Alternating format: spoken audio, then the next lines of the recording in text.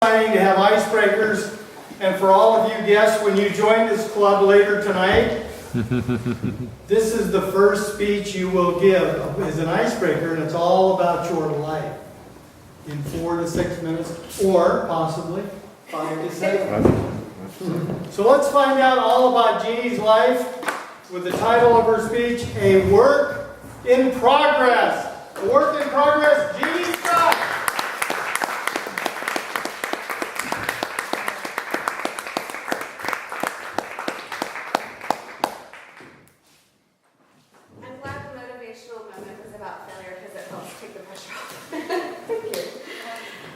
So what is it about the icebreaker that feels like confession?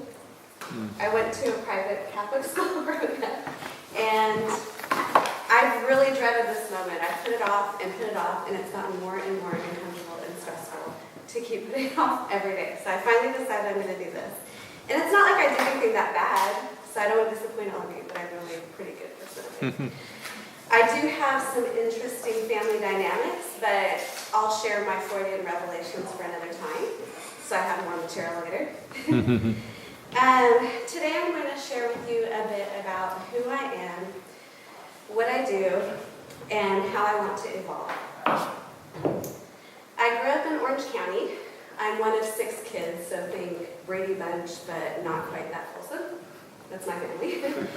And as a kid, I was super sweet. I would pick flowers, make my own mud pies, but I was also kind of a tomboy. I would hop fences, play hide and seek with the boys in the neighborhood, and I'd usually win. And then, just Yes. kidding. Not me too, no, me too. But I also enjoyed skateboarding, so I was really, again, a little bit of a tomboy. I was a pretty good gymnast. I won state when I was younger, and I also did judo, and I was a junior Olympian when I was 12. Oh, which nice. is kind of weird, I guess. But Nice. I have 3 kids with 7-year age gaps. So I always joke we have every single developmental problem you could have at the same time.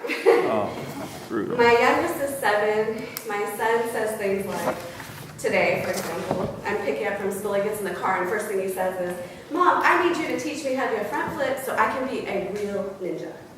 And I was like, okay. And then my teenage daughter is always on Instagram. Well, I mean, we have like set rules and so forth, but she requires that my attention be complete and direct when she's telling me about all these memes on Instagram, which half of them I don't get. And then I have a college-age daughter, which may surprise you, but I'll get into that another time to some extent. But she calls me almost daily with things like, hey Mom, the IRS called me today and they said that I owe money and I will go to jail. Should I call them and give them my social? Oh my gosh. And I'm like, no, no, you should not do that. So this is just a little glimpse into my daily life. I went to Modern Day High School in Santa Ana. Some of you may know them for their sports. I was a cheerleader, and I was the one that they threw up in the air and did flips. But I was also kind of a super nerd, too. I liked studying, and I was a super overachiever academically. And it was partially just because I'm like that, but also because I wanted to go away to college. And I was a little disappointed because my dad said that wasn't my path. I needed to follow the path of my older siblings, who were not quite as studious, so, you know. But when I went to community college, I got a little disengaged, kind of felt, I don't know, not really part of anything. And I ended up with my cheer boyfriend, got pregnant. And I left for circumstances that were kind of crappy, to be honest. I left when she was 6 months old, and I left him, not her, clarify. And so I basically, and then what did I do? Sorry, I lost my train of thought. I transferred to UCSD, and I got a carload of student debt.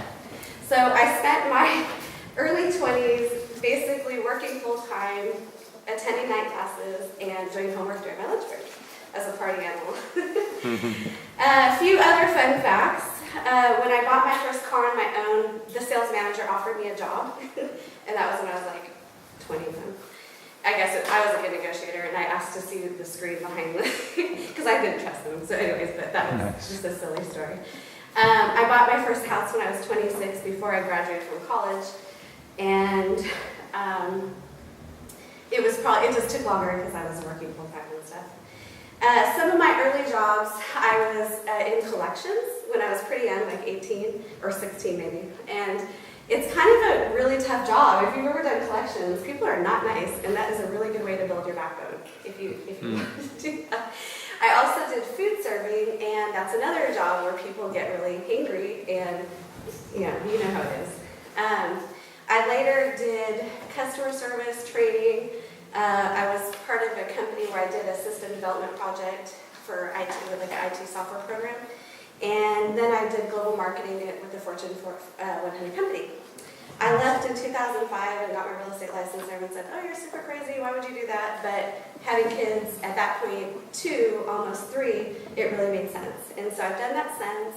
I do some investing, I do private lending, and I have some other ambitions, which is why my speech is called A Work in Progress. The reason is because in recent years I started to feel like I wanted to do more. And last year I was really fortunate because a client of mine said, hey, do you want to be on my board of directors for a nonprofit I'm starting? And I was like, yes. I was like, are you serious? I've always wanted to be on a board of directors. So I'm doing that, but then I have another project that I started developing in the background that I'm working on. And it's inspired me to have the resolve to want to become a more confident speaker and a better believer in myself. And like Sylvester Stallone in the movie Rocky, I want you to be my Eye of the Tiger song, if you will, please. Nice. I hope you'll help me. Thank you. Nice. Yeah.